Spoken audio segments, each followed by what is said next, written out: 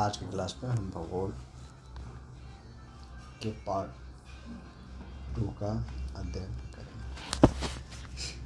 NCERT कक्षा 10 भूगोल की पुस्तक समकालीन भारत, सेकेंड भारत के प्राकृतिक संसाधनों, पर्यावरण, कृषि, खनिज, ऊर्जा और विनिर्माण उद्योगों पर केंद्रित एक प्रमुख पाठ्यपुस्तक है। यह संसाधन विकास, वन्यजीव, जल, कृषि, खनिज और विनिर्माण जैसे महत्वपूर्ण विषय को कवर करता है। एनसीईआरटी कक्षा 10 भूगोल समकालीन भारत 2 के प्रमुख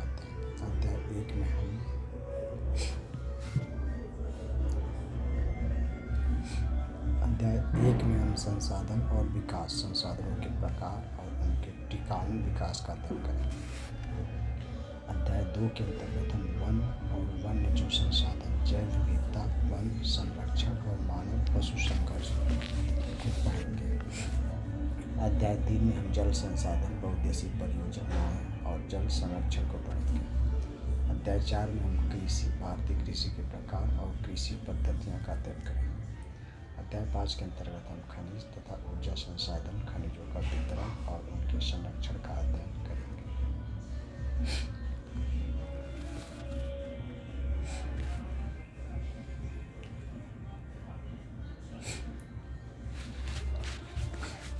अध्याय 6 के अंतर्गत हम विनिर्माण उद्योगों का महत्व और प्रदूषण के बारे में पढ़ेंगे। अध्याय 7 के अंतर्गत राष्ट्रीय अर्थव्यवस्था की जीवन रेखाएं, परिवहन और संचार के माध्यम का अध्ययन करेंगे। कक्षा 10 भूगोल समकालीन भारत 2 के अध्याय 1 संसाधन और विकास में भारत के प्राकृतिक संसाधनों के संरक्षण, नियोजन और सतत पोषणीय विकास, सस्टेनेबल डेवलपमेंट पर जोर दिया गया है। यह संसाधनों के अंधाधुंध उपयोग से उत्पन्न भूमंडलीय तापन, ओजोन परत अवक्षय और भूमि निम्नीकरण जैसी समस्याओं को रेखांकित करता है।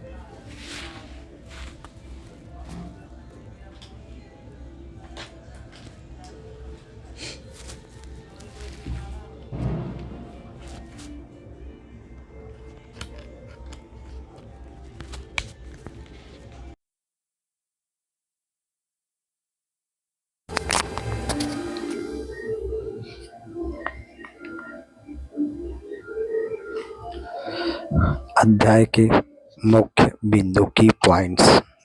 संसाधन का अर्थ पर्यावरण में मौजूद हर वह चीज जो आवश्यकताओं को पूरा कर सकती है और तकनीक रूप से सुलभ है।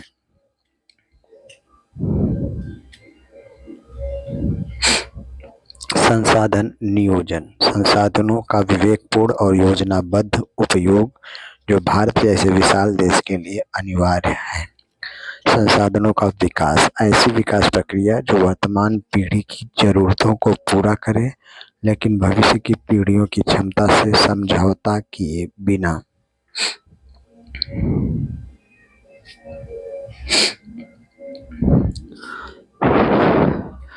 सतत पोषणीय विकास, सस्टेनेबल डेवलपमेंट, विकास जो पर्यावरण को नुकसान पहुंचाए बिना और भविष्य के लिए संसाधनों को बचाकर किया जाए।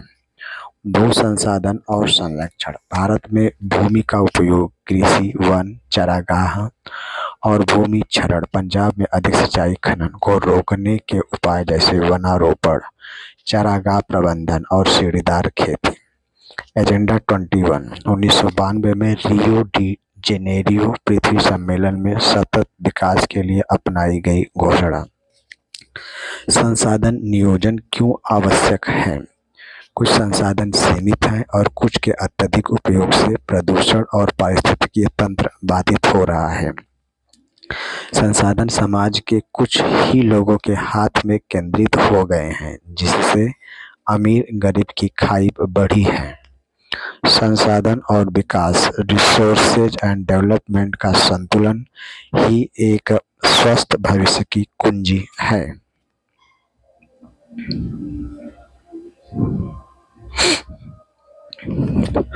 समकालीन भारत 2 कक्षा 10 भूगोल का पहला अध्याय संसाधन और विकास, मानव आवश्यकताओं को पूरा करने वाले पर्यावरण में उपलब्ध संसाधनों के नियोजन, संरक्षण और सतत पोषणीय विकास सस्टेनेबल डेवलपमेंट पर केंद्रित है।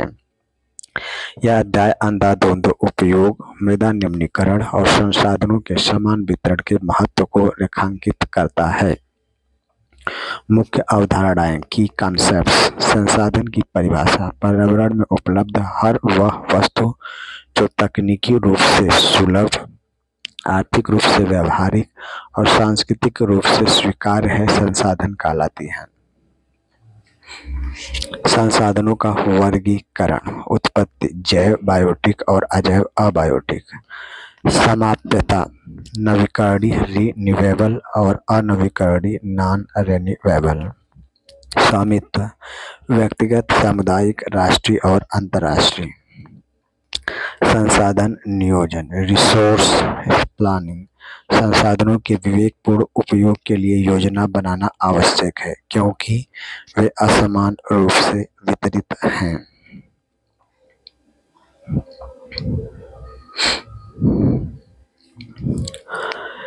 सतत पोषणीय विकास सस्टेनेबल डेवलपमेंट, ऐसा विकास जो पर्यावरण को नुकसान पहुंचाए बिना हो और भविष्य की पीढ़ियों की जरूरतों को ध्यान भी रखे। संसाधन संरक्षण, संसाधनों का अंधाधुंध उपयोग से ह्रास हो रहा है, जैसे भूमंडलीय तापन, ओजोन परत का क्षरण। इसलिए गांधी जी के अनुसार पेट भरने के लिए बहुत है लेकिन पेटी लालच भरने के लिए नहीं। भू संसाधन और मृदा। भूमि एक महत्वपूर्ण संसाधन है जिसका क्षरण, सॉइल डिग्रेडेशन, एक प्रमुख समस्या है जिसे संरक्षण उपायों द्वारा रोका जाना चाहिए। अध्याय का महत्व। यह अध्याय संसाधनों के विवेकपूर्ण उपयोग के माध्यम से ही आर्थिक विकास और पर्यावरण संरक्षण के बीच संतुलन स्थापित करने की आवश्यकता पर जोर देता है। समकालीन भारत 2 कक्षा 10 के अनुसार संसाधनों का अंधाधुंध उपयोग, ग्लोबल वार्मिंग, प्रदूषण, भूमि क्षरण प्रमुख वैश्विक संकट है। सतत पोषणीय विकास, संसाधनों का नियोजित प्रबंधन, संरक्षण और नवीकरणीय स्रोतों, पवन, सौर ऊर्जा का उपयोग करना आवश्यक है जो भविष्य की पीढ़ियों के लिए भी जरूरी है।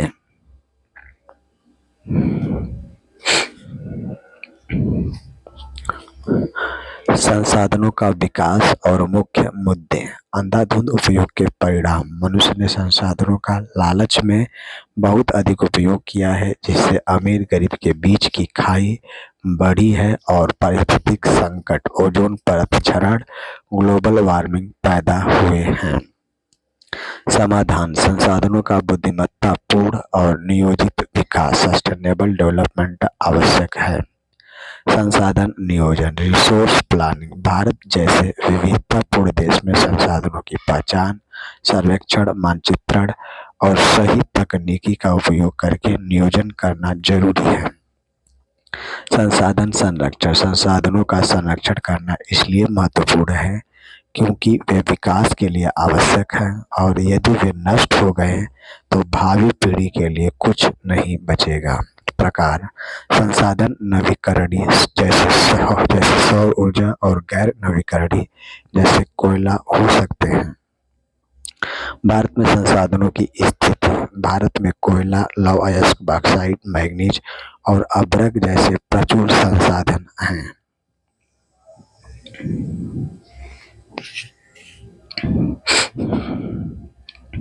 मृदा, सोइल। भारत में जलोढ़, काली, लाल, लैटराइट जैसी विभिन्न प्रकार की मिट्टी पाई जाती है जो कृषि के लिए महत्वपूर्ण है।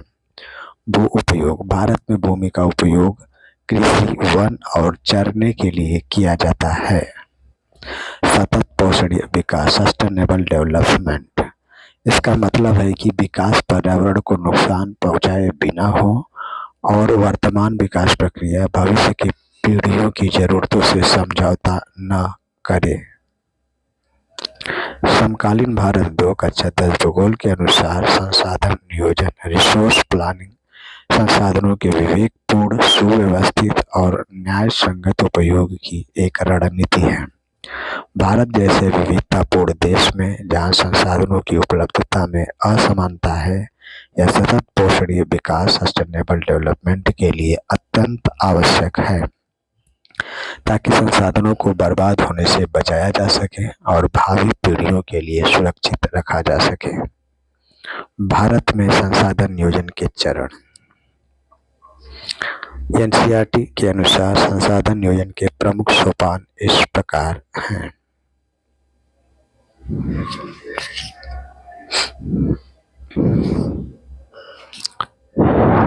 फर्स्ट, सबसे पहले सर्वेक्षण और पहचान। देश के विभिन्न प्रदेशों में संसाधनों का सर्वेक्षण करना, मानचित्र बनाना और उनका गुणात्मक मात्रात्मक अनुमान लगाना। योजना संरचना, उपयुक्त तकनीक, कौशल और संस्थागत ढांचे के साथ एक नियोजन संरचना लागू करना। विकास योजनाओं का मिलान, संसाधन विकास की योजनाओं को राष्ट्रीय विकास की योजनाओं के साथ सही तरीके से जोड़ना। संसाधन नियोजन का महत्व, असमान वितरण का समाधान। झारखंड जैसे कुछ राज्य खनिजों में समृद्ध हैं, जबकि अरुणाचल प्रदेश में जल संसाधनों की अधिकता है, लेकिन विकास की कमी है। ऐसे में नियोजन ही सही वितरण सुनिश्चित करता है। संरक्षण, संसाधनों के अत्यधिक और अविवेकी उपयोग से उत्पन्न पर्यावरणीय, आर्थिक और सामाजिक समस्याओं को कम करना। सतत विकास, वर्तमान आवश्यकताओं को पूरा करते हुए भविष्य के लिए संसाधनों को बचाना।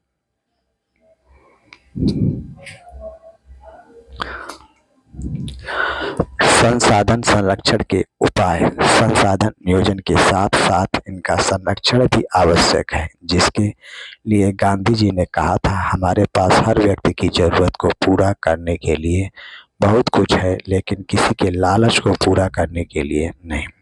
इसके लिए हमें रिड्यूस, रीयूज और रिसाइकल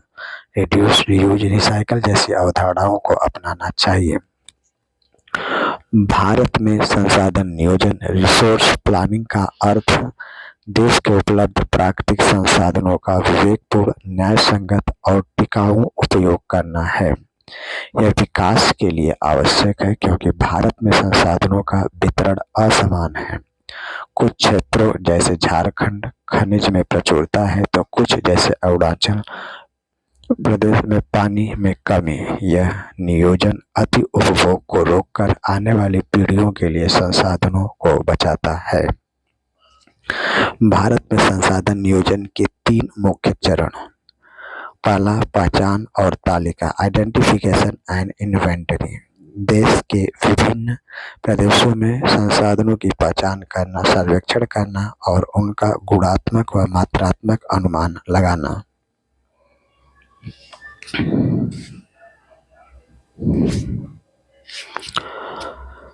नियोजन संरचना, प्लानिंग स्ट्रक्चर, उपयुक्त तकनीकी, कौशल और संस्थागत ढांचे के साथ एक योजना ढांचा तैयार करना। तीसरा, विकास योजनाओं से मिलान, मैच विद डेवलपमेंट प्लान, संसाधन विकास की योजनाओं को समग्र राष्ट्रीय विकास योजनाओं के साथ एकीकृत करना। भारत में संसाधन नियोजन की आवश्यकता क्यों है? असमान वितरण, झारखंड, छत्तीसगढ़, मध्य प्रदेश जैसे राज्य खनिज और कोयले में समृद्ध हैं, लेकिन अन्य क्षेत्रों में कमी है। अत्यधिक दोहन, संसाधनों का अत्यधिक उपयोग उन्हें खत्म कर रहा है।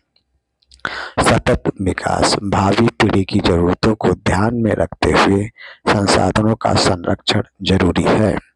संसाधन संरक्षण, रिसोर्स कंजर्वेशन, संसाधनों का तर्क संगत उपयोग ही उनका संरक्षण है। इसे गांधी जी ने कहा था, हमारे पास हर व्यक्ति की आवश्यकता पूरी करने के लिए संसाधन है, न कि किसी के लालच की संतुष्टि के लिए।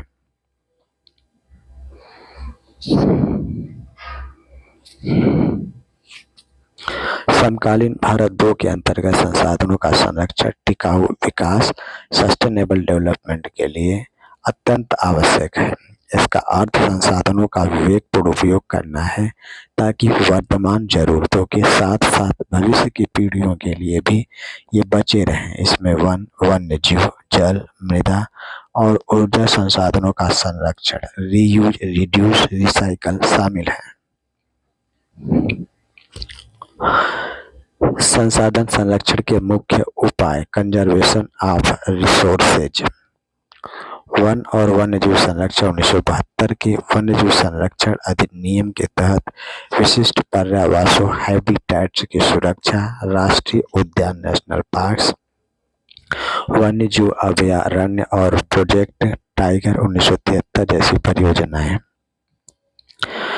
जल संरक्षण, जल प्रदूषण की रोकथाम, वर्षा जल संचयन, कुशल सिंचाई विधियां, टपक सिंचाई और शहरी अपशिष्ट जल का पुनर्चक्रण।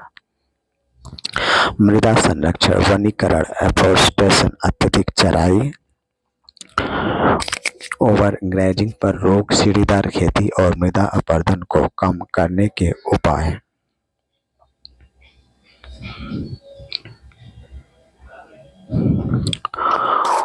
ऊर्जा और अन्य संसाधन, सौर और पवन ऊर्जा जैसे नवीकरणीय संसाधनों का उपयोग बढ़ाना, बिजली की बचत और प्लास्टिक का पुनर्चक्रण। स्थानीय भागीदारी, चिपको आंदोलन जैसे सामुदायिक प्रयासों के माध्यम से वनों की कटाई रोकना। संसाधन संरक्षण का महत्व: सतत जीवन, संसाधनों की कमी से उत्पन्न जल संकट और पर्यावरणीय विनाश को रोकना। पारिस्थितिकी संतुलन, जैव विविधता, बायोडायवर्सिटी की रक्षा करना। पर्यावरण की सुरक्षा, मरुस्थलीकरण को रोकना और जलवायु परिवर्तन के प्रभाव को कम करना।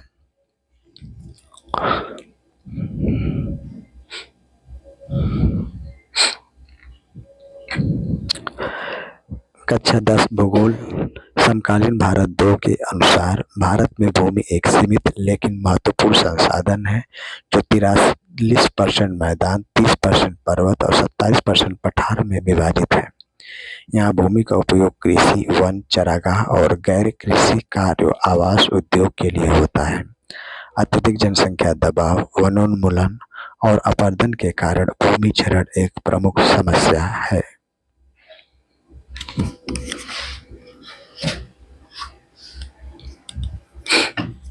भारत में भूमि संसाधन की मुख्य विशेषताएं: भू आकृति, देश में मैदानी भाग 43%, कृषि और उद्योग के लिए पर्वत 30%, नदियों के प्रवाह और पर्यटन के लिए और पठारी क्षेत्र 27%, खनिज व वन संसाधनों के लिए महत्वपूर्ण हैं।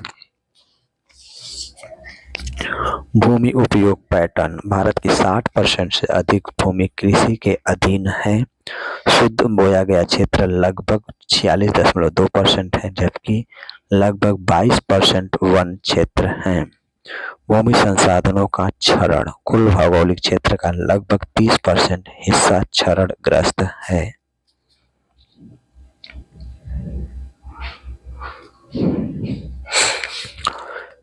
क्षरण के कारण: वनोन्मूलन, वनों की कटाई से मृदा अपरदन, अति पशु चारण, चारागाहों की कमी, अधिक सिंचाई, जल भराव और लवणता में वृद्धि, खनन गतिविधियों के बाद भूमि को छोड़ देना। भूमि संरक्षण के उपाय: वनीकरण और चारागाहों का उचित प्रबंधन, रेतीले टीलों को कटीली झाड़ियां लगाकर स्थिर करना, कृषि में फसल चक्र और वैज्ञानिक तरीकों का उपयोग, औद्योगिक कचरे का सही निपटान। इन उपायों के द्वारा भूमि की उत्पादकता और स्थिरता को बनाए रखा जा सकता है।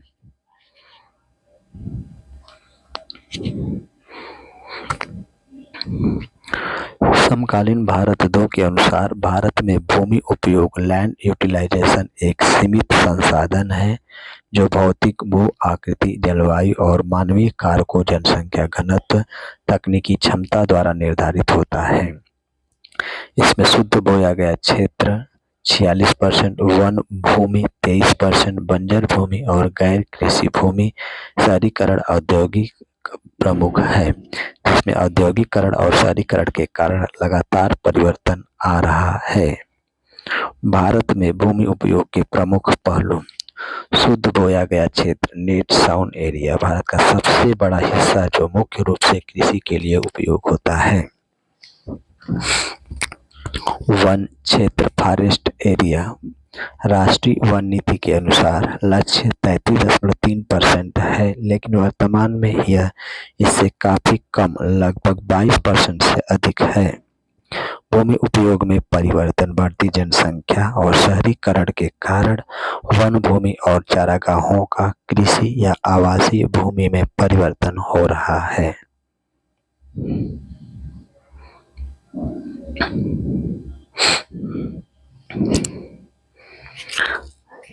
साझा संपत्ति संसाधन, कॉमन प्रॉपर्टी रिसोर्सेज, CPRS ग्रामीण क्षेत्रों में ये सामुदायिक उपयोग के लिए है, जो ईंधन, चारा और फल प्रदान करते हैं। भूमि क्षरण, वनों की कटाई, खनन और अनियोजित शहरीकरण के कारण भूमि की गुणवत्ता में कमी आ रही है। लैंड यूटिलाइजेशन के आंकड़े अनुमानित वन 22 से 23%, कृषि योग्य बंजर या परती भूमि 8 से 10%, गैर कृषि कार्य 9%, शुद्ध बोया गया क्षेत्र 46%। भूमि प्रबंधन और संरक्षण, राष्ट्रीय भूमि उपयोग नीति, इसका लक्ष्य सतत विकास सुनिश्चित करने के लिए बंजर भूमि का विकास और कृषि योग्य भूमि का संरक्षण करना है।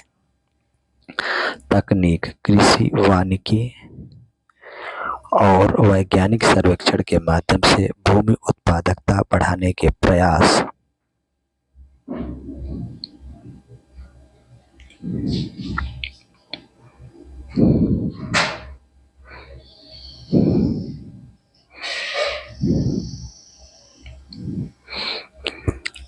कक्षा 10 की पुस्तक समकालीन भारत 2 के अनुसार भारत में भूमि उपयोग पैटर्न अत्यधिक विविधतापूर्ण है, जिसमें लगभग 54% शुद्ध बोया गया क्षेत्र है। वन क्षेत्र 23 से 24% के आसपास है, जो वांछित 33% से कम है। अन्य प्रमुख श्रेणियों में परती भूमि, बंजर भूमि, चारागाह और गैर कृषि उपयोग सड़क बस्तियां शामिल हैं। भारत में भूमि उपयोग के प्रमुख pattern, land use pattern in India. शुद्ध बोया गया क्षेत्र, नेट साउंड एरिया, भारत में सबसे अधिक भूमि लगभग 54 से 55% पर खेती की जाती है, जो पंजाब या हरियाणा में 80% से अधिक है और अरुणाचल या मिजोरम में 10% से कम है। वन भूमि, फॉरेस्ट एरिया, राष्ट्रीय वन नीति 1952 के अनुसार 33% वन होने चाहिए, लेकिन वास्तव में यह 23 से 24% के आसपास है। बंजर और कृषि योग्य भूमि, पहाड़ी, रेगिस्तानी और पथरीली भूमि। गैर कृषि भूमि, बस्तियां, सड़कें, रेलवे, उद्योग। परती भूमि, फैलो लैंड, वह भूमि जो उपजाऊपन वापस पाने के लिए कुछ समय 1 से 5 वर्ष तक खेती के लिए छोड़ी जाती है। चरागाह भूमि, पशुओं के चरने के लिए छोड़ी गई भूमि जो घट रही है।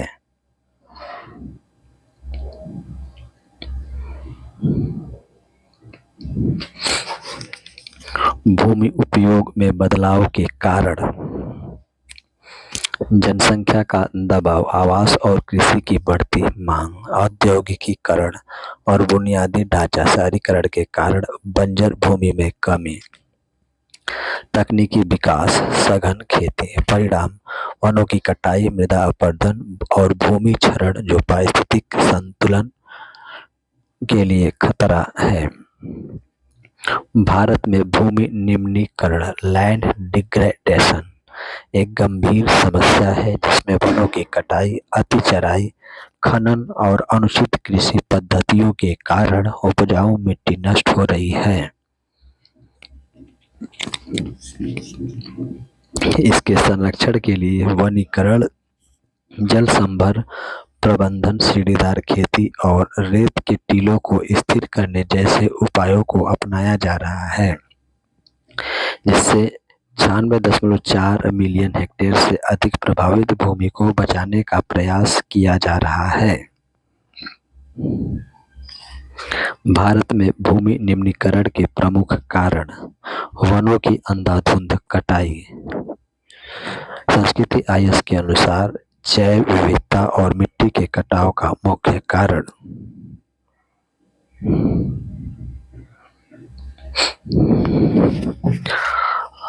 अति चराई ओवर ग्रेजिंग संस्कृति आईएस के अनुसार वनस्पति आवरण नष्ट होने से मिट्टी खुल जाती है। अनुचित कृषि पद्धतियां अत्यधिक सिंचाई से जल भराव और लवणता में वृद्धि। खनन और औद्योगिक गतिविधियां टेक्स्ट बुक के अनुसार प्रमुख कारणों में शामिल हैं। शहरीकरण संस्कृति आईएस के अनुसार भूमि पर कंक्रीट की परत इम्परवियस लेयर बनना। भूमि संरक्षण के उपाय कंजर्वेशन मेजर्स, वनीकरण, एफॉरेस्टेशन। www.knowledgeuniverseonline.com.in सर्च इंस्टेंट.gov के अनुसार पेड़ लगाकर मिट्टी की उर्वरता और स्थिरीकरण में सुधार। उचित चराई प्रबंधन अतिचारण को नियंत्रित करना। कृषि तकनीकें बायजूस के अनुसार समोच्च जुताई, काउंटर प्लोइंग और सीढ़ीदार खेती पहाड़ी क्षेत्रों में अपनाना।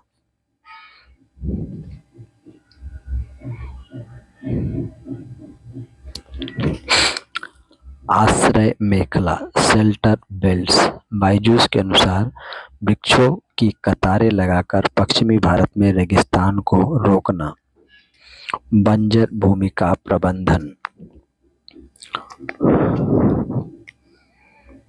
खाली भूमि का पुनर्विकास, जल संभर प्रबंधन, वाटर शेड मैनेजमेंट। प्राकृतिक संसाधनों के पुनरुद्धार के लिए सरकारी पहल, प्रधानमंत्री कृषि सिंचाई योजना पीएमकेएसवाई, राष्ट्रीय वनीकरण कार्यक्रम, मृदा स्वास्थ्य कार्ड योजना। समकालीन भारत 2 कंटेम्पोरेरी इंडिया सेकेंड कक्षा 10 की भूगोल की पाठ्यपुस्तक है। इसके पहले अध्याय संसाधन एवं विकास में मृदा मिट्टी को एक महत्वपूर्ण नवीकरणीय प्राकृतिक संसाधन के रूप में वर्णित किया गया है।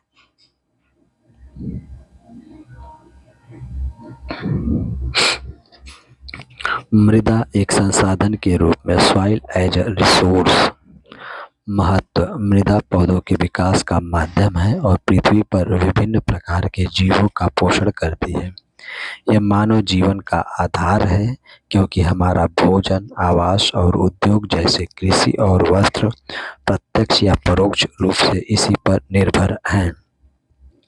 निर्माण मृदा के निर्माण में लाखों वर्ष लगते हैं। इसके निर्माण को निर्धारित करने वाले मुख्य कारक जनक शैल, पेरेंट रॉक, जलवायु, वनस्पति समय और सूक्ष्म जीव हैं। भारत में मृदा का वर्गीकरण, क्लासिफिकेशन ऑफ सॉइल्स। भारत में उच्चावच जलवायु और वनस्पतियों की विविधता के कारण विभिन्न प्रकार की मृदाएं पाई जाती हैं। जलोढ़ मृदा, एलुवियल सॉइल, यह भारत की सबसे महत्वपूर्ण और विस्तृत मृदा है जो उत्तरी मैदानों और नदी घाटियों में पाई जाती है। आयु के आधार पर इसे 2 भागों में बांटा गया है, बांगर पुरानी जलोढ़ और खादर नई जलोढ़।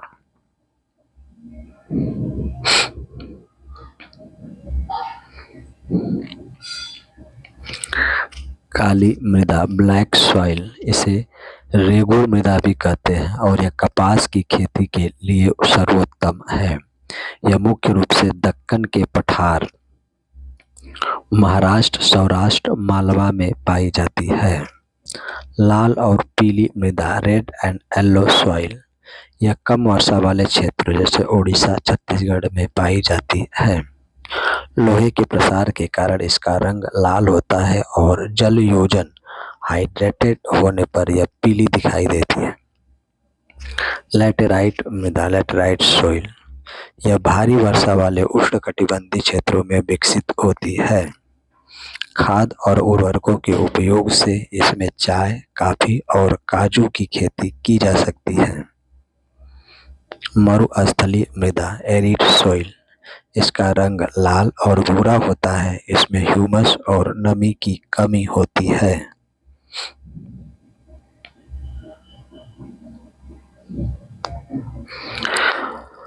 उचित सिंचाई द्वारा इसे खेती योग्य बनाया जा सकता है, जैसे पश्चिमी राजस्थान में। वन मृदा फॉरेस्ट सॉइल यह पहाड़ी और पर्वतीय क्षेत्रों में पाई जाती है।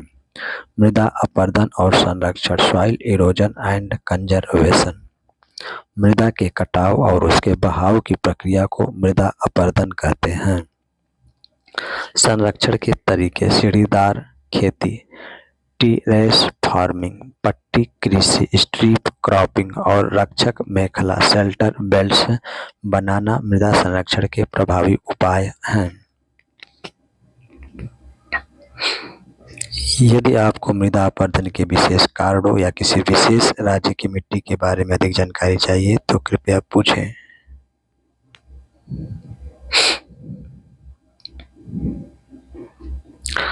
कंटेम्परेरी इंडिया सेकेंड एनसीईआरटी भूगोल के अनुसार भारतीय मृदा मिट्टी को उसकी उत्पत्ति, रंग, संरचना और उपजाऊपन के आधार पर मुख्य रूप से 8 वर्गों में वर्गीकृत किया गया है।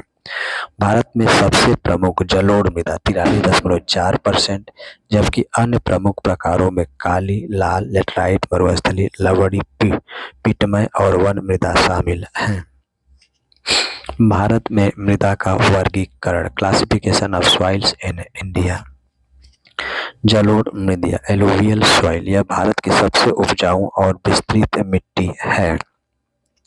गंगा ब्रह्मपुत्र मैदान, तटीय मैदान यह 2 प्रकार की होती है, पुरानी जलोढ़ बांगर और नई जलोढ़ खादर। काली मृदा ब्लैक सॉइल और रेगुर सॉइल, इसे रेगुर या कपास की मिट्टी भी कहते हैं।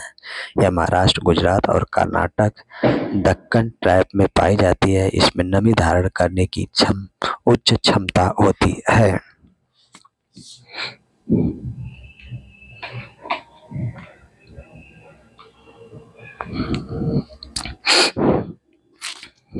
लाल और पीली मृदा रेड एंड येलो सॉइल यह प्रायद्वीपीय भारत के कम वर्षा वाले क्षेत्रों जैसे तमिलनाडु, कर्नाटक में पाई जाती है। फेरिक ऑक्साइड की उपस्थिति के कारण इसका रंग लाल होता है।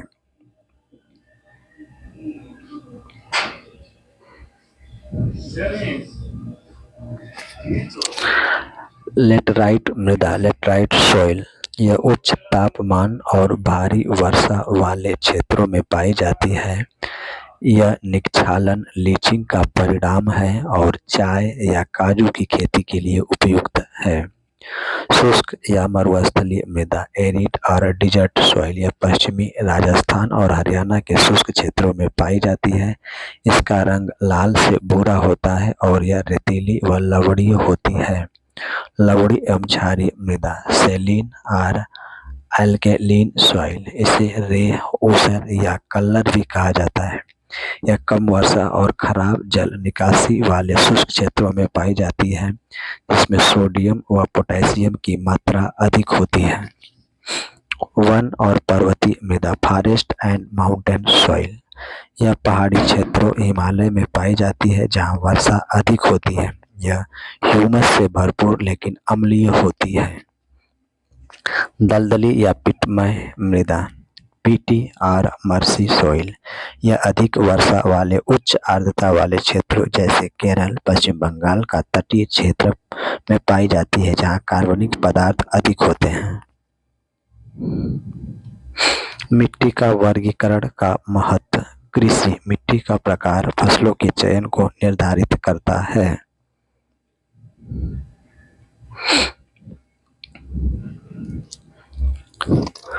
क्षेत्रीय वितरण यह भारत के विभिन्न भौगोलिक क्षेत्रों में भिन्नता दर्शाती है। पोषण जलोढ़ मिट्टी उपजाऊ है, जबकि मरुस्थलीय और लैटेराइट मिट्टी में उर्वरता कम होती है। समकालीन भारत 2 कक्षा 10 भूगोल के अनुसार मृदा अपरदन मिट्टी की ऊपरी उपजाऊ परत का पानी या हवा द्वारा हटना है, जो वन कटाई अत्यधिक चराई और अवैज्ञानिक खेती के कारण बढ़ रहा है। यह भारत में एक गंभीर पर्यावरणीय समस्या है जो लगभग 30% निम्नलिखित भूमि का कारण है, जिससे कृषि उत्पादकता घटती है और बाढ़ का खतरा बढ़ता है।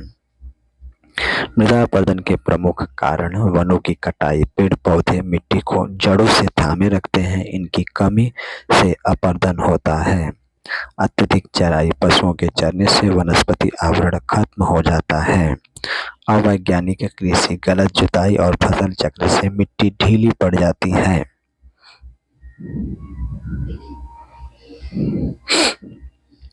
प्राकृतिक कारक। तेज हवा, पानी का तेज बहाव और भूस्खलन।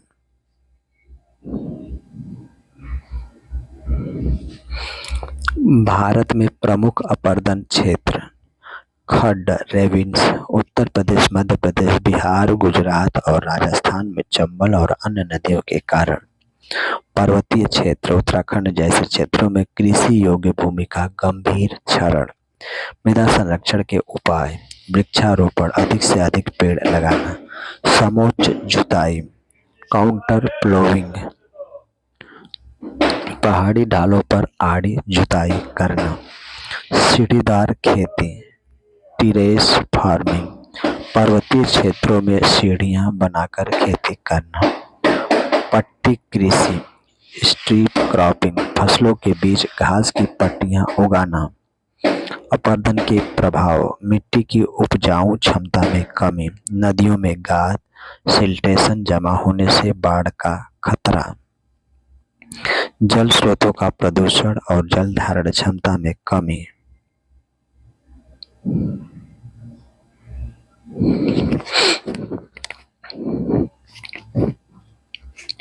समकालीन भारत 2 कक्षा 10 भूगोल के अनुसार मृदा संरक्षण का अर्थ मृदा अपरदन को रोकना और उसकी उर्वरता बनाए रखना है।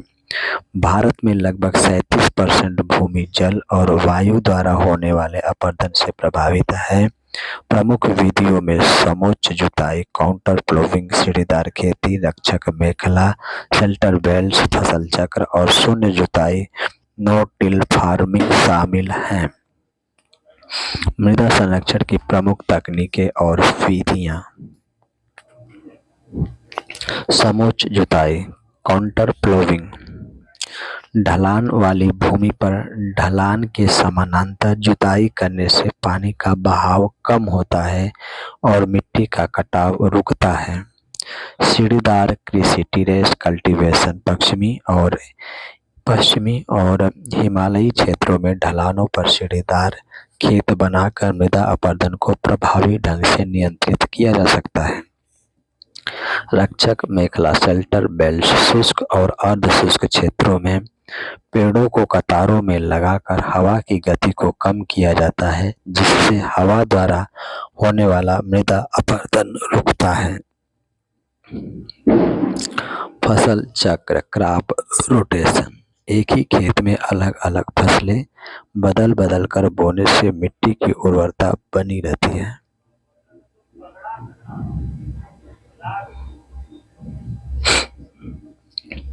शून्य जुताई, नो टिल फार्मिंग आरसी है।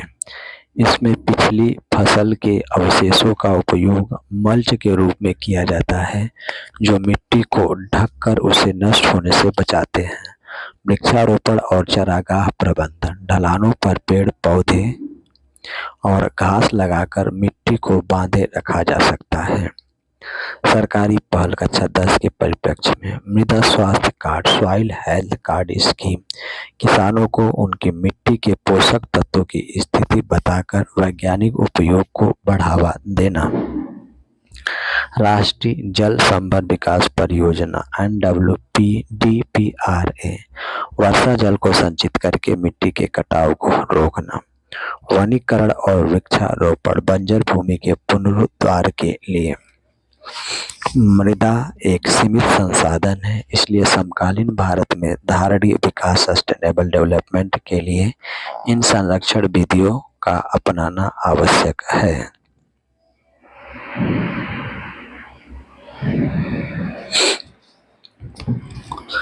कक्षा 10 भूगोल समकालीन भारत 2 के अध्याय 2 के अनुसार भारत जैव विविधता में समृद्ध है, लेकिन औपनिवेशिक काल से वनों की कटाई, विकास परियोजनाओं और वन्य जीवों के अवैध शिकार के कारण वन आवरण और प्रजातियों पर भारी दबाव बढ़ा है। वर्तमान में भारत का कुल वन और वृक्ष आवरण लगभग 24.62% है और संरक्षण के लिए भारतीय वन्यजीव संरक्षण अधिनियम 1972 व प्रोजेक्ट टाइगर जैसे प्रयास जारी हैं। यहाँ समकालीन भारत 2 के अध्याय 2 वन और वन्यजीव संसाधन के मुख्य बिंदु हैं। भारत में वन और वन्य जीवों की स्थिति। समृद्ध जैव विविधता। भारत विश्व के सबसे जैव विविधता वाले देशों में से एक है, जहां विश्व की 8% लगभग 16 लाख उपजातियां पाई जाती हैं। वन क्षेत्र। नवीनतम रिपोर्ट 2021 के अनुसार भारत का कुल वन और वृक्ष आवरण 80.9 मिलियन हेक्टेयर भौगोलिक क्षेत्र का लगभग 24.62% है। प्रजातियों का ह्रास, विकास, कृषि और औद्योगिकरण के कारण वनस्पतियों और जीवों जैसे बंगाल टाइगर, भारतीय गैंडा का अस्तित्व खतरे में है।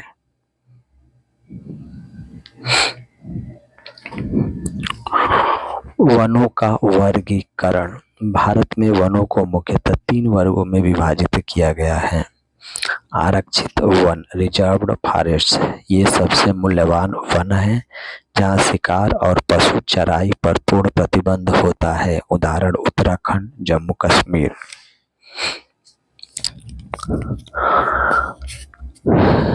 रक्षित वन, प्रोटेक्टेड फॉरेस्ट, ये वन और अधिक क्षरण से बचाए जाते हैं, लेकिन यहाँ थोड़ी बहुत मानवीय गतिविधियां जैसे लकड़ी काटना, चराई की अनुमति होती है। अवर्गीकृत वन, अनक्लास्ड फॉरेस्ट, ये बंजर भूमि या निजी या समुदाय के स्वामित्व वाले वन होते हैं। वन और वन्यजीव संरक्षण उपाय और अधिनियम। वन्यजीव संरक्षण अधिनियम 1972 इसे आवासों की सुरक्षा के लिए लागू किया गया, जिसमें लुप्तप्राय प्रजातियों की सूची प्रकाशित की गई। परियोजनाएं, प्रोजेक्ट्स। प्रोजेक्ट टाइगर 1973 जैसे विशेष अभियानों ने बाघों की आबादी को बचाने में सफलता पाई है।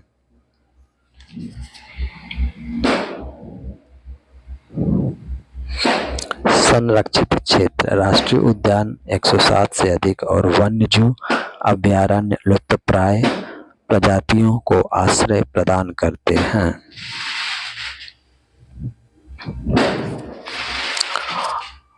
स्थानीय समुदायों का योगदान। चिपको आंदोलन हिमालयी क्षेत्रों में वनों की कटाई को रोकने के लिए प्रसिद्ध।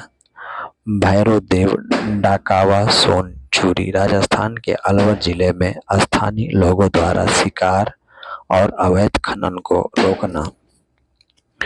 बीज बचाओ आंदोलन, टिहरी में रासायनिक खाद के बिना फसल का उत्पादन करना। संरक्षण में चुनौतियां। पशुपालकों के लिए पशु चिकित्सा सेवाओं तक पहुंच एक चुनौती है। बाघ अभयारण्यों के आसपास वन क्षेत्र में कमी। यह अध्याय इस बात पर जोर देता है कि सतत विकास, सस्टेनेबल डेवलपमेंट के लिए वन और वन्य जीवों का संरक्षण आवश्यक है। भारत में वनों और वन्य जीवों का संरक्षण पारिस्थितिक संतुलन, जैव विविधता और प्राकृतिक विरासत को बचाने के लिए अनिवार्य है। 1972 के भारतीय वन्यजीव संरक्षण अधिनियम, प्रोजेक्ट टाइगर 1973 और राष्ट्रीय वन नीति 1988 के माध्यम से सरकार ने आरक्षित वनों, राष्ट्रीय उद्यानों और अभयारण्यों के जरिए संरक्षण को कड़ा किया है। इसमें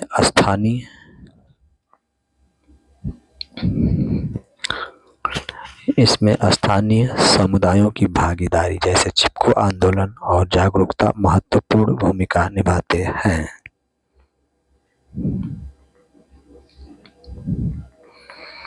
भारत में वन और वन्यजीव संरक्षण के प्रमुख उपाय। कानूनी संरक्षण 1972 के वन्य जीव संरक्षण अधिनियम के तहत विशिष्ट प्रजातियों की सूची प्रकाशित की गई और लुप्त प्राय प्रजातियों के शिकार पर प्रतिबंध लगाया गया। संरक्षित क्षेत्र देश में राष्ट्रीय उद्यान, वन्य जीव अभयारण्य और जीव मंडल आरक्षित बायोस्फीयर रिजर्व्स स्थापित किए गए हैं। विशिष्ट परियोजनाएं बाघ प्रोजेक्ट, टाइगर, हाथी और स्नो लेपर्ड जैसी प्रजातियों को बचाने के लिए प्रजाति विशिष्ट योजनाएं। वन प्रबंधन राष्ट्रीय वन नीति 1988 के अनुसार कुल भौगोलिक क्षेत्र का 33% वन क्षेत्र होना चाहिए। वनों को आरक्षित, रक्षित और अवर्गीकृत में वर्गीकृत किया गया है। सामुदायिक भागीदारी संयुक्त वन प्रबंधन JFM के तहत खराब हो चुके वनों के पुनर्स्थापन में स्थानीय समुदायों को शामिल किया गया है, जैसे ओडिशा में सफल प्रयास। जन आंदोलन चिपको आंदोलन जैसे स्थानीय प्रयासों ने वृक्षों की कटाई को रोककर संरक्षण में बड़ी भूमिका निभाई है। वनों या वन्य जीवों के सामने मुख्य चुनौतियां: वनों की कटाई और अवैध तस्करी, वनाग्नि, फॉरेस्ट फायर्स,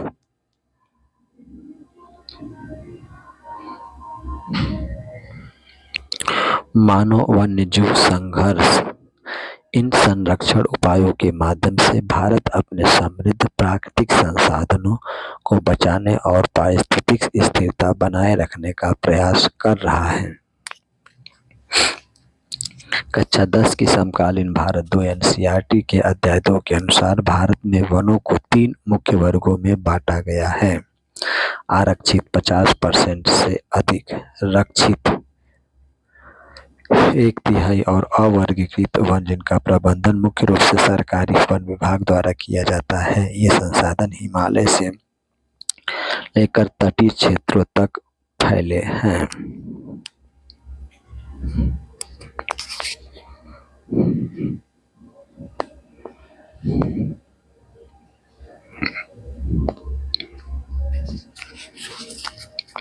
भारत में वनों और वन्य जीवों का वर्गीकरण और वितरण। आरक्षित वन रिजर्व फॉरेस्ट इन्हें वनों और वन्य जीवों के संरक्षण के लिए सबसे मूल्यवान माना जाता है। भारत के कुल वन क्षेत्र का आधे से अधिक भाग आरक्षित है। रक्षित वन प्रोटेक्टेड फॉरेस्ट वन विभाग के अनुसार लगभग 1/3 वन क्षेत्र रक्षित हैं। इन्हें और अधिक नष्ट होने से बचाने के लिए सुरक्षित किया गया है।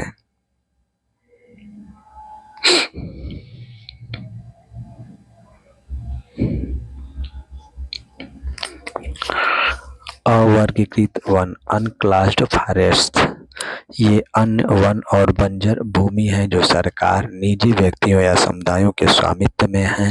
ये पूर्वोत्तर और गुजरात के कुछ हिस्सों में अधिक पाए जाते हैं। वितरण डिस्ट्रीब्यूशन मध्य प्रदेश देश में अस्थायी वनों का सबसे बड़ा क्षेत्र है जो इसके कुल वन क्षेत्र का 75% है। अन्य क्षेत्र जम्मू और कश्मीर, आंध्र प्रदेश, उत्तराखंड, केरल, तमिलनाडु, पश्चिम बंगाल और महाराष्ट्र में भी बड़ी मात्रा में आरक्षित और रक्षित वन हैं। पूर्वोत्तर राज्य यहाँ अवर्गीकृत वनों का अनुपात काफी अधिक है। वन और वन्य जीव संसाधनों के प्रकार। वन के प्रकार सदाबहार, पर्णपाती, डिसाइडस, शंकुधारी, कोनिफेरस और मैंग्रोव। वन्य जीव वितरण भारत को 10 भौगोलिक क्षेत्रों जैसे हिमालय, मरुस्थल, पश्चिमी घाट, दक्कन का पठार में विभाजित किया गया है जो विशिष्ट जीव जंतुओं का घर है।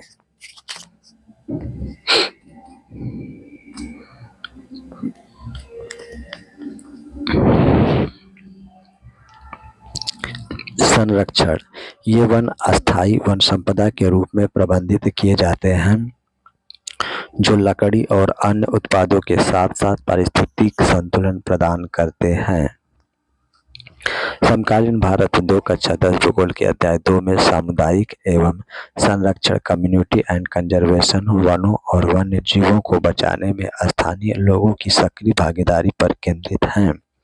चिपको आंदोलन, बीज बचाओ आंदोलन और संयुक्त वन प्रबंधन जैसे उदाहरण स्थानीय समुदायों द्वारा पारिस्थितिकी संतुलन बनाए रखने के पारंपरिक और आधुनिक प्रयासों को दर्शाते हैं। भारत में सामुदायिक संरक्षण के मुख्य बिंदु। स्थानीय भागीदारी। भारत में कई समुदाय जैसे राजस्थान के अलवर जिले के ग्रामीण शिकार और अवैध कटाई को रोकने के लिए भैरो, देव, डाको, सोनचूरी जैसे अपने नियम बनाते हैं। आंदोलन। वनों की कटाई रोकने के लिए चिपको आंदोलन, हिमालय और बीज बचाओ आंदोलन टिहरी ने समुदाय आधारित संरक्षण को सफल बनाया है। संयुक्त वन प्रबंधन JFM 1988 से उड़ीसा में शुरू हुए इस कार्यक्रम के तहत स्थानीय ग्रामीण वन विभाग के सहयोग से खराब हो चुके वनों का पुनर्स्थापन करते हैं।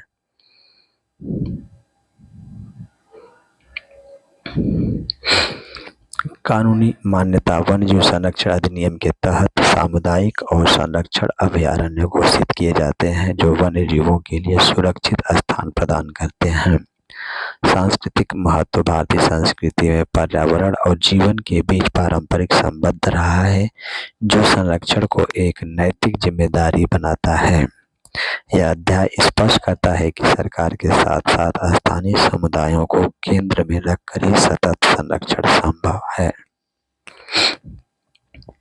भारत में जल संसाधन मुख्यतः वर्षा 4000 घन किमी पर वर्ष नदियों, झीलों और भूजल पर निर्भर है। देश के पास विश्व के सतही जल संसाधनों का 4% हिस्सा है, लेकिन उपयोग योग्य जल लगभग 1122 घन किमी ही है, जो तेजी से घट रहा है। प्रमुख स्रोत नदियां, बांध और 342.43 वर्ग किमी प्रतिवर्ष रिचार्ज होने वाला भूजल है, जबकि सूखा और बाढ़ यहाँ की मुख्य जल चुनौतियां हैं। भारत में जल संसाधन के मुख्य प्रकार। सतही जल, सरफेस वाटर, नदियां, झीलें, तालाब और टैंक। भारत में 1869 घन किमी सतही जल उपलब्ध हैं।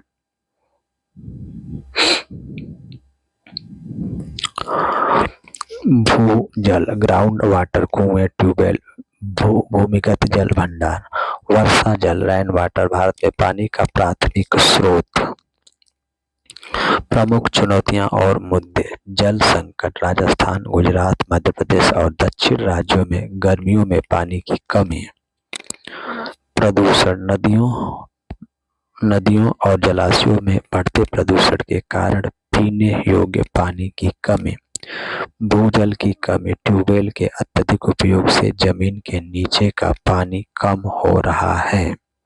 असंतुलन। भारत में एक ही समय में सूखे और बाढ़ की स्थिति जो वर्षा के असमान वितरण को दर्शाती है। जल प्रबंधन और संरक्षण के उपाय। बांध और बहुउद्देशीय परियोजनाएं सिंचाई, बिजली उत्पादन और बाढ़ नियंत्रण के लिए उपयोग जैसे भाखड़ा, नांगल। वर्षा जल संचयन, रेन वाटर हार्वेस्टिंग, पुराने जल स्रोतों को पुनर्जीवित करना और आधुनिक तरीके अपनाना।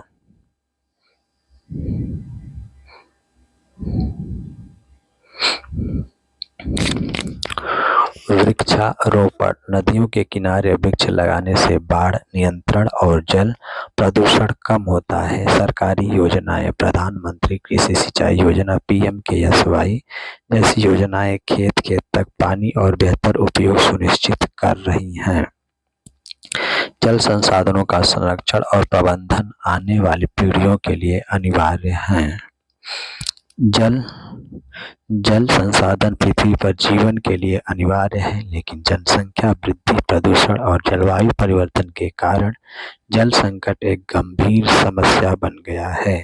सतत भविष्य के लिए वर्षा जल संचयन, रेन वाटर हार्वेस्टिंग, जल के पुनर्चक्रण और दक्ष सिंचाई तकनीकों जैसे ड्रिप सिंचाई द्वारा जल प्रबंधन और संरक्षण अत्यंत आवश्यक है। जल संकट कारण और प्रभाव।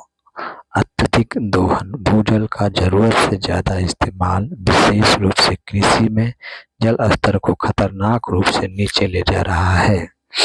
प्रदूषण, औद्योगिक अपशिष्ट, शहरी सीवेज और कृषि रसायनों के कारण नदियों और झीलों का पानी पीने योग्य नहीं रह गया है।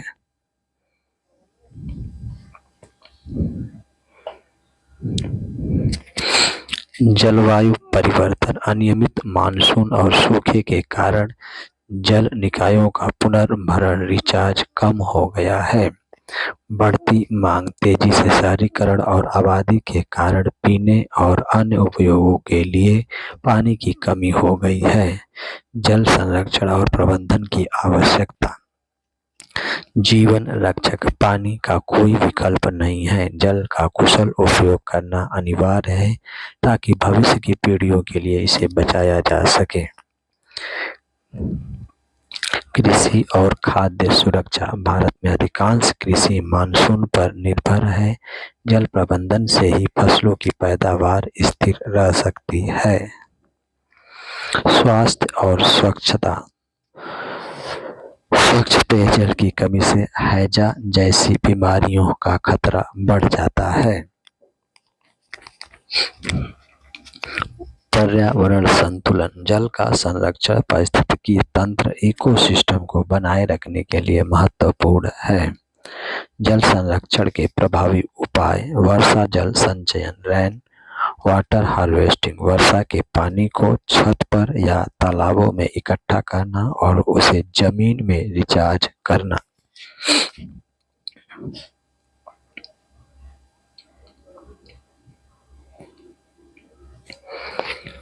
जल का पुनर्चक्रण, रिसाइक्लिंग वाटर, उपचारित ट्रीटेड अपशिष्ट जल का पुनः प्रयोग करना, जैसे औद्योगिक कार्यों या बागवानी में।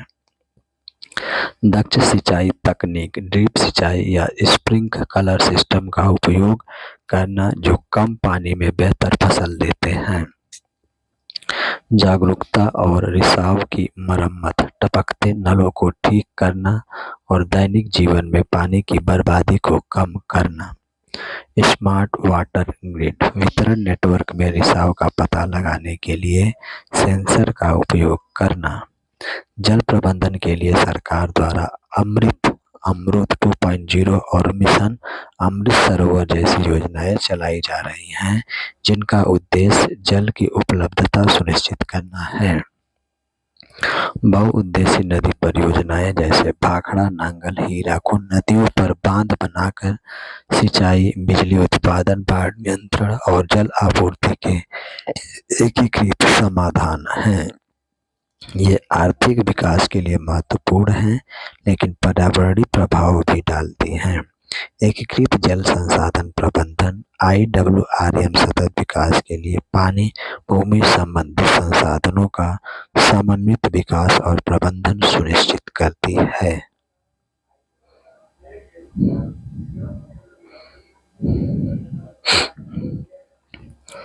बहुउद्देशीय नदी परियोजनाएं, मल्टीपर्पज रिवर प्रोजेक्ट्स। उद्देश्य, इन परियोजनाओं का उद्देश्य सिंचाई, जल विद्युत उत्पादन, बाढ़ नियंत्रण, जल आपूर्ति, घरेलू या औद्योगिक, मछली पालन और नौकायन को एक साथ साधना है। उदाहरण, हीराकुंड बांध उड़ीसा के संबलपुर में महानदी पर जो बाढ़ नियंत्रण और सिंचाई का कार्य करता है। भाखला नांगल, सतलुज ब्यास नदी बेसिन में जो पंजाब, हरियाणा और राजस्थान को पानी और बिजली देता है। पोंग बांध, ब्यास नदी पर जो 21 लाख हेक्टेयर भूमि की सिंचाई करता है।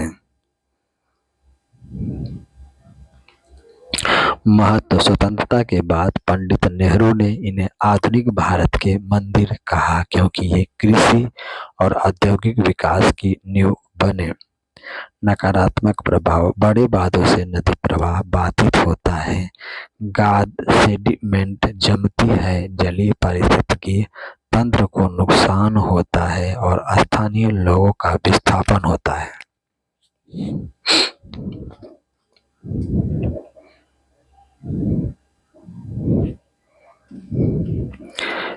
एकीकृत जल संसाधन प्रबंधन, integrated water resources management, IWRM।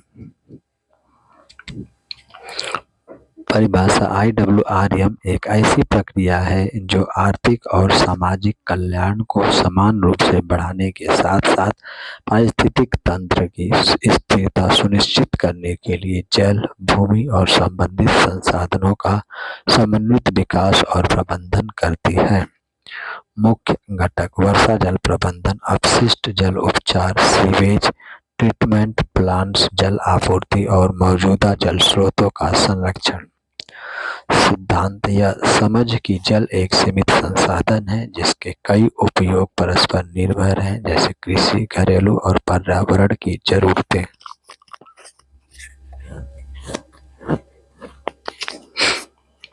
सहभागी प्रक्रिया: इसमें हितधारकों स्टेक होल्डर्स की भागीदारी, समुदायों को शामिल करना और निर्णय लेने में महिलाओं की भूमिका पर जोर दिया गया है। IWRM के लाभ और लक्ष्य: जल सुरक्षा, सूखे, बाढ़ और प्रदूषण जैसी चुनौतियों से निपटने में सहायता करना,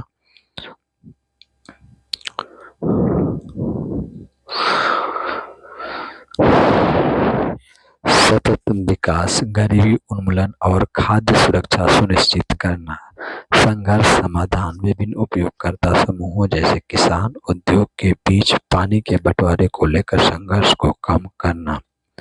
निष्कर्ष: आधुनिक समय में केवल बड़े बांध, बहुउद्देशीय परियोजनाएं ही काफी नहीं हैं। हमें IWRM के माध्यम से जल के बेहतर प्रबंधन, वर्षा जल संचयन, पर्यावरणीय संतुलन पर ध्यान केंद्रित करने की आवश्यकता है, जिससे विकास के साथ साथ प्रकृति का संरक्षण भी हो सके।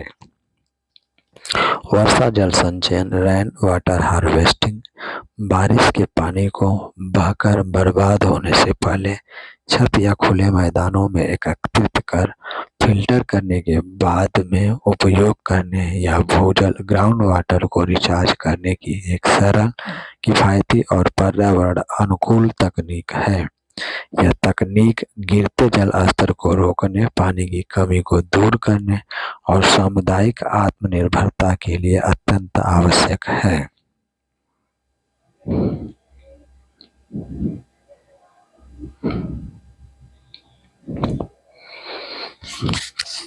वर्षा जल संचयन की तकनीकें और विधियां: छत पर जल संचयन, रूफटॉप हार्वेस्टिंग, छत से पाइप के माध्यम से पानी को टैंक या सोखता गड्ढे रिचार्ज पिट में एकत्र करना। सतही जल संग्रहण, खुले मैदानों या सतह पर बहने वाले पानी को तालाबों या पोखरों में इकट्ठा करना। भूजल पुनर्भरण, ग्राउंड वाटर रिचार्ज, एकत्रित पानी को सीधे बोरवेल, कुओं या रिचार्ज गड्ढों के माध्यम से जमीन के नीचे भेजना ताकि भूजल स्तर बढ़े। वर्षा जल संचयन के लाभ: पानी की उपलब्धता या शुष्क क्षेत्रों में जल संकट का एक प्रभावी समाधान है। भूजल स्तर में सुधार, यह भूजल की पुनर्भरण रिचार्ज में मदद करता है। बाढ़ में कमी, यह मानसून के दौरान शहरी बाढ़ और सतह के अफवाह को कम करता है। कम खर्चीला, यह एक सरल और टिकाऊ प्रणाली है जिसके रखरखाव का खर्च भी कम होता है।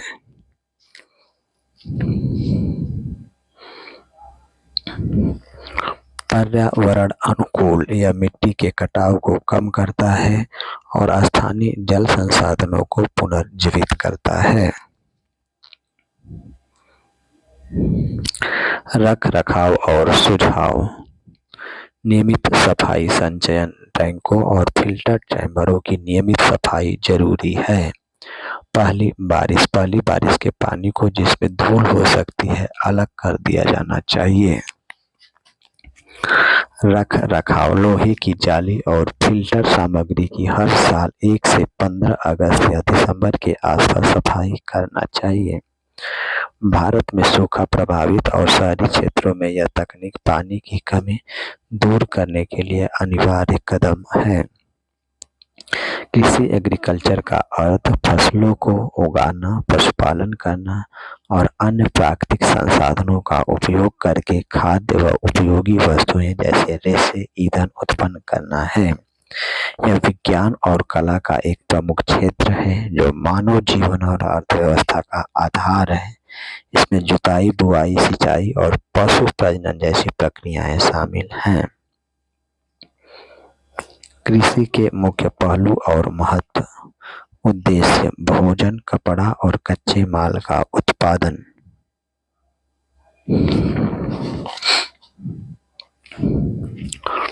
पशुपालन लाइव स्टॉक कृषि का अभिन्न हिस्सा जिसमें गाय, भैंस, मुर्गियां पालना शामिल है। आधुनिक तकनीक आजकल ट्रैक्टर, बेहतर बीज, HYV और रसायनों, उर्वरक या कीटनाशक का उपयोग करके उत्पादन बढ़ाया जा रहा है। भारतीय संदर्भ। भारत एक कृषि प्रधान देश है जहाँ की एक बड़ी आबादी आजीविका के लिए कृषि पर निर्भर है। चुनौतियां वर्षा पर निर्भरता या मानसून, जलवायु परिवर्तन और भूमि का क्षरण प्रमुख चुनौतियां हैं। कृषि के प्रकार। निर्वाह कृषि सबसिस्टेंस फार्मिंग केवल परिवार की जरूरतों को पूरा करने के लिए। व्यावसायिक कृषि कमर्शियल फार्मिंग बड़े पैमाने पर मुनाफा कमाने के लिए। कृषि का शाब्दिक अर्थ लैटिन एग्रीकल्चरा से मिट्टी की जुताई या खेत जोतने का कार्य है।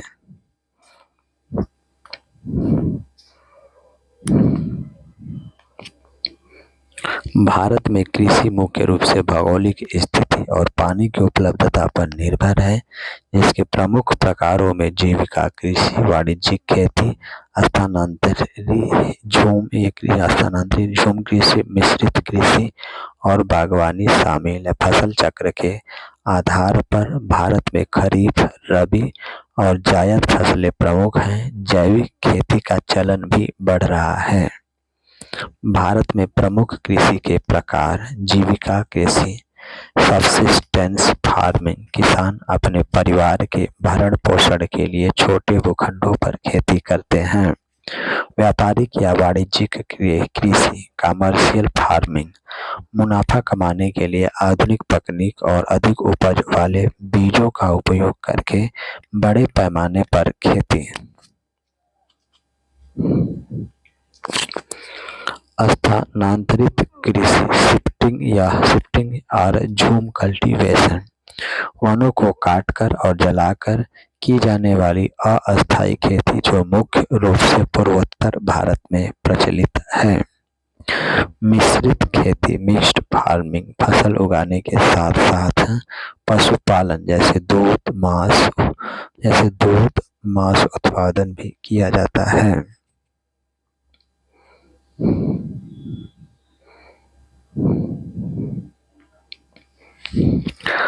गहन कृषि इंटेंसिव फार्मिंग कम भूमि पर अधिक उपज के लिए सिंचाई और रसायनों का उपयोग। बागवानी हॉर्टिकल्चर फलों, सब्जियों और फूलों की वैज्ञानिक खेती। जैविक खेती ऑर्गेनिक फार्मिंग रसायनों के बिना प्राकृतिक खादों, गोबर या कंपोस्ट का उपयोग करके ही जाने वाली टिकाऊ खेती। सूखी कृषि ड्राईलैंड फार्मिंग कम वर्षा वाले क्षेत्रों में की जाने वाली खेती। मौसम के आधार पर भारतीय फसलें। खरीफ जून जुलाई में बोई जाने वाली फसलें धान, मक्का, कपास। रबी अक्टूबर नवंबर में बोई जाने वाली फसलें जैसे गेहूं, जौ, चना। जायद रबी और खरीफ के बीच की फसलें तरबूज, खरबूज, सब्जियां आदि।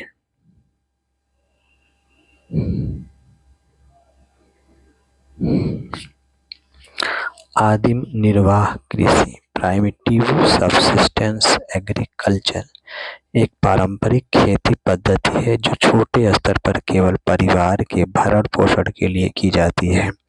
यह खेती पारंपरिक औजारों, हल या कुदाल और पारिवारिक श्रम द्वारा छोटे भूखंडों पर की जाती है। यह भारत के आदिवासी क्षेत्रों में प्रचलित है, जिसे उत्तर पूर्व में झूमिंग शिफ्टिंग कल्टीवेशन के नाम से भी जाना जाता है। आदिम निर्वाह कृषि की मुख्य विशेषताएं: छोटे खेत स्मॉल प्लॉट्स, किसान जमीन के छोटे टुकड़ों पर खेती करते हैं। पारंपरिक उदाहरण ट्रेडिशनल टूल्स, पारंपरिक उपकरण ट्रेडिशनल टूल्स, खेती के लिए हल, दाली और कुदाल जैसे साधारण औजारों का उपयोग होता है। पारिवारिक श्रम फैमिली लेबर, परिवार के सभी सदस्य मिलकर काम करते हैं, बाहरी मजदूरों का उपयोग कम होता है।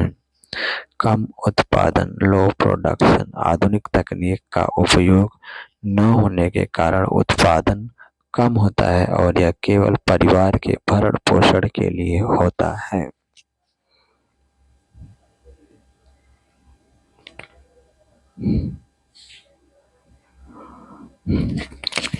मानसून पर निर्भरता डिपेंडेंसी ऑन मानसून, यह मुख्य रूप से वर्षा पर निर्भर करती है। स्थानांतरित खेती शिफ्टिंग कल्टीवेशन, यह इस खेती का मुख्य प्रकार है जिसमें जंगलों को काटकर साफ किया जाता है, फसल उगाई जाती है और मिट्टी की उर्वरता कम होने पर दूसरी जगह चले जाते हैं। भारत में आदिवासी समुदायों के बीच प्रमुख नाम: झूमिंग पूर्वोत्तर राज्यों असम, मेघालय, मिजोरम, नागालैंड में। पामलू मणिपुर में। दीपा बस्तर छत्तीसगढ़ और अंडमान निकोबार में। मुख्य फसलें चावल, गेहूं और अन्य मोटे अनाज। सघन निर्वाह कृषि इंटेंसिव सब्सिस्टेंस फार्मिंग एक ऐसी कृषि प्रणाली है जिसमें किसान छोटे भूखंड पर अधिक उपज प्राप्त करने के लिए भारी श्रम, उर्वरकों और सिंचाई का उपयोग करते हैं।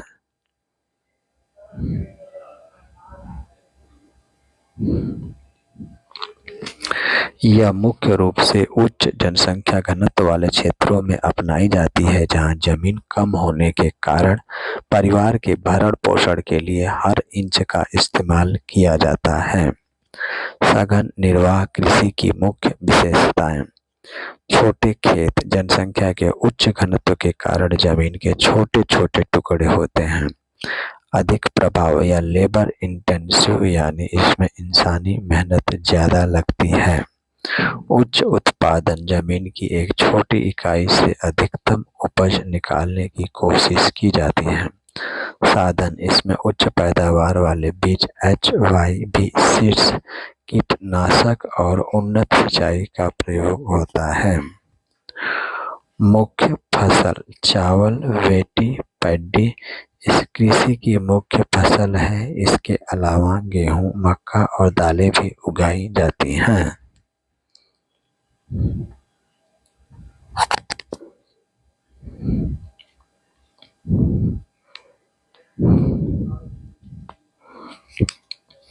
निर्वाह का साधन, यह खेती मुख्य रूप से किसान के परिवार के उपभोग के लिए होती है, न कि बाजार में बेचने के लिए।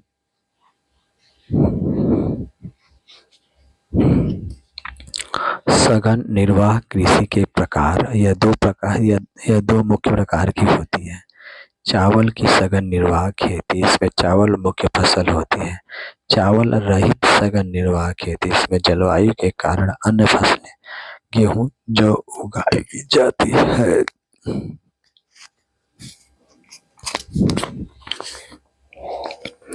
भारत में प्रासंगिकता, भारत के घनी आबादी वाले राज्यों जैसे बिहार, पश्चिम बंगाल, उत्तर प्रदेश और तटीय क्षेत्रों में यह खेती काफी प्रभावित है। वाणिज्यिक कृषि कमर्शियल एग्रीकल्चर का मुख्य उद्देश्य फसलों और पशुधन का बड़े पैमाने पर उत्पादन करके बाजार में लाभ कमाना है। यह आधुनिक मशीनों, उच्च गुणवत्ता वाले बीजों, HYV, रसायनों और सिंचाई तकनीकों का उपयोग करती है। इसमें फसलों को आजीविका के लिए नहीं बल्कि बिक्री जैसे कपास, चाय, गन्ना के लिए उगाया जाता है।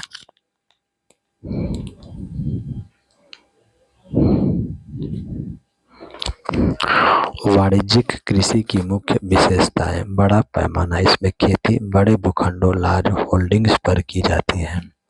मशीनीकरण, ट्रैक्टर, हार्वेस्टर और थ्रेशर जैसी उन्नत मशीनरी का उपयोग करना।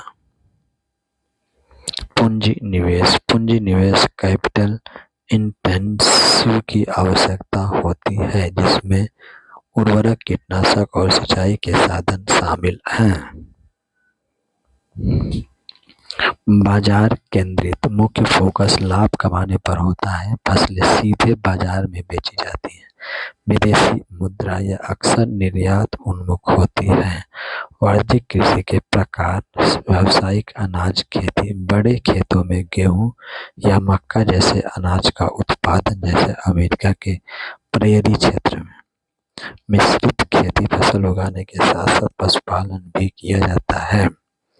बागान कृषि, बड़े चाय, कॉफी, रबर या गन्ने के बागान जहां एक ही फसल बड़े क्षेत्र में पाई जाती हैं, जैसे भारत में असम की चाय।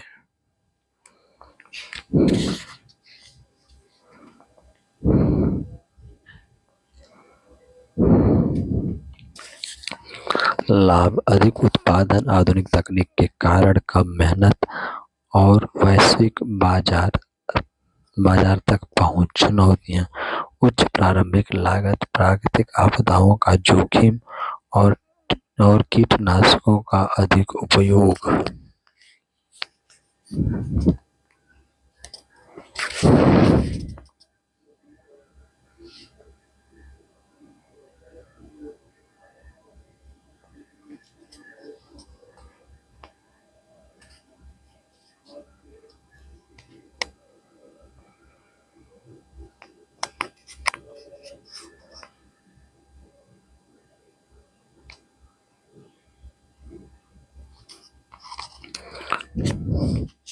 भारत में फसल पैटर्न, क्रॉपिंग पैटर्न का अर्थ किसी निश्चित समय और क्षेत्र में उगाई जाने वाली विभिन्न फसलों के अनुपात से है।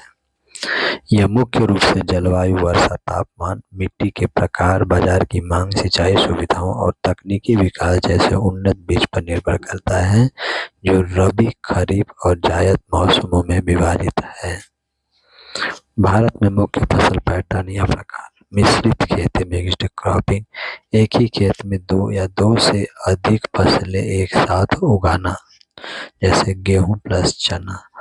अंतर फसल, इंटर क्रॉपिंग, एक ही खेत में फसलों को एक निश्चित पंक्ति पैटर्न में उगाना।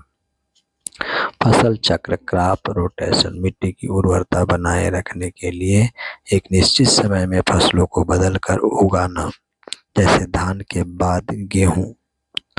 भारत में फसल प्रणाली को प्रभावित करने वाले कारक: प्राकृतिक वर्षा, तापमान और मिट्टी की गुणवत्ता, आर्थिक न्यूनतम समर्थन मूल्य एमएसपी, तकनीकी, सिंचाई सुविधा, उर्वरक और बीजों की किस्म।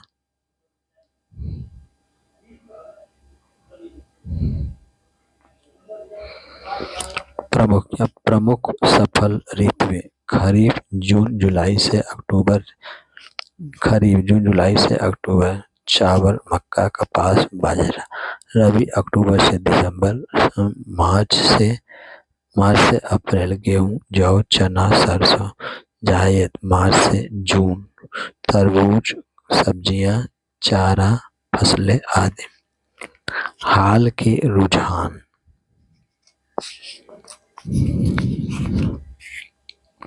फसल संसाधनता में वृद्धि, कम समय में अधिक फसलें उगाना, विविधीकरण, खाद्यान्न के अलावा नकदी फसलों, गन्ना, कपास और बागवानी, फल सब्जी की ओर झुकाव।